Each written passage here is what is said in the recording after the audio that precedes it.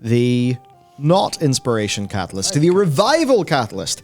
It comes out next week, and there's actually a few things that are pretty nice for a lot of players. Actually, it's going to let everybody get themselves at least some basic tier gear. So it's located over here in the northern side of Tierhold. And the way that it works is there's a weekly quest, right? So you do the weekly quest, you get your charges. Well, a charge, right? 1 charge per week. And that's essentially the way that it works. Now, what's great is there is nothing like temporal flux, or cosmic flux, yes. In the past, you would have so many charges for the Inspiration Catalyst, but your ult would just need a few thousand cosmic flux, and you'd have to grind that out to get your tier. Here, though, you just use the charge. Let's do the quest. Yeah, so much better. Now, doing the quest ain't a problem. You get progress from doing raid bosses, Mythic Plus, PvP, and world content, with the world content including the rares that spawn as a part of like the Invasions and the Storm's Fury event. So with the Invasions, the Storm's Fury, and also the events like the Soup, the Obsidian Citadel and stuff, that does mean that solo... It's what I call solo but flock players, right? Yeah. Where for them, an MMO is like you're in a big flock of people doing events and stuff in the world. You're in a world with other players, as opposed to you're in a group with other players. Yeah. So they actually do have a way to get themselves charges. And overall, this means, like, if it's a few weeks in and you start a new alt, you are getting 4-piece as soon as you get gear in those slots. Yeah. Because when you earn 1 charge, it's earned for every character you've got. You can only earn 1 a week. And it's a separate charge per character. Yeah. So if you earn 1 charge and you have 10 alts, you can use 1 charge per alt. So on doing a dungeon is 25% quest credit on Mythic Plus. Nice. Which is confirmed in Mythic, not sure in the others. I think it was Wowhead they were talking about whether it's confirmed or not. But yeah, killing a VOI raid boss, apparently 25%. Winning a Battleground solo shuffle or arena was confirmed to give credit by Halinka on Twitter, but we're not sure about the percentage. Primal Invasion rare mobs, 5%. Dragon Isles world events, 10%. So that's overall the situation. The gear will inherit all the properties that it had before. So Mythic Plus gear will still be upgradable. And it will have the stats that, whatever its stats will be its stats. And it's tertiary stats, not its actual stats. Oh, sorry. Yes. The tier bits have their specific secondary stats. The tertiary stats and sockets carry over. The Mythic Plus upgrading effect carries over. As does the PvP one. And for non-tier slots, it is the stats of the underlying item, right?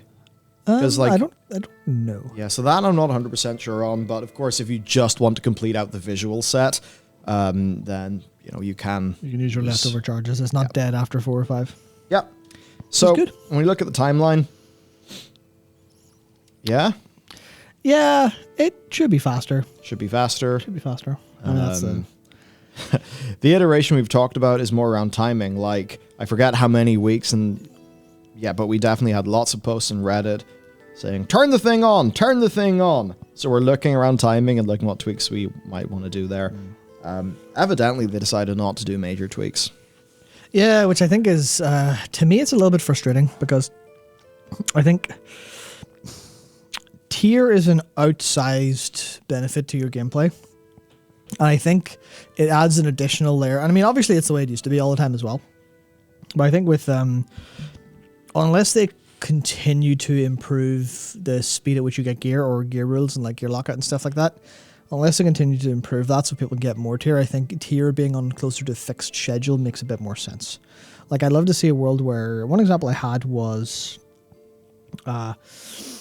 maybe you get a tier piece each week, but they still drop, so you can get it relatively quickly, and it still feels like a bit of a bonus, but it's still like after week 4, everyone has a tier. I feel like that makes a little bit more sense for people overall, mostly because tier is huge. There's no point in holding it back and adding that additional layer to a gear treadmill that's already way heavier on RNG than before. At least, I say more heavier than RNG before. Obviously, Titan Forging existed. Obviously, Azrak gear existed. Obviously, Shadowlands wasn't that bad comparatively, but I think it's more the closer they can get the the biggest outliers to be more narrow variants. Then they can have people focusing more on the variants within.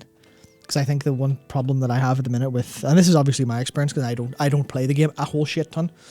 So obviously I have a different experience to people who run around like with 418 bits and like 400 plus item level at the minute. But I think it just needs to be a narrower wave of variants, but with more control you have over that variance from the middle. It's why I'd love to see the fact that tier changes to the tier pieces with fixed stats. I'd love to see that change. I'd love to see it inherits the piece you put in, and that way you have some choice. And obviously you have choice between like, you know, all 5 tier pieces have their fixed stats, so which 4 do you wear? You have that choice. But I'd love to see more of a choice of if you want to say run with a insane like mastery bleed build as a feral, or if you want to go for like massive crit for all the synergy, you can kind of more finely tune that yourself. But I think relying on the RNG gods to give you gear, I think is, I don't know. It's obviously like a fun element of it, but I find myself more frustrated with it than I do anything else because of my relatively low time of play compared to people who do dozens of M+ and they get loads of dice rolls. Yeah. It's like a dice roll feels to me like it takes a little bit too much time compared to how fixed things used to be, especially with the idea that, like my example of getting the Unbound Changeling in Season 3.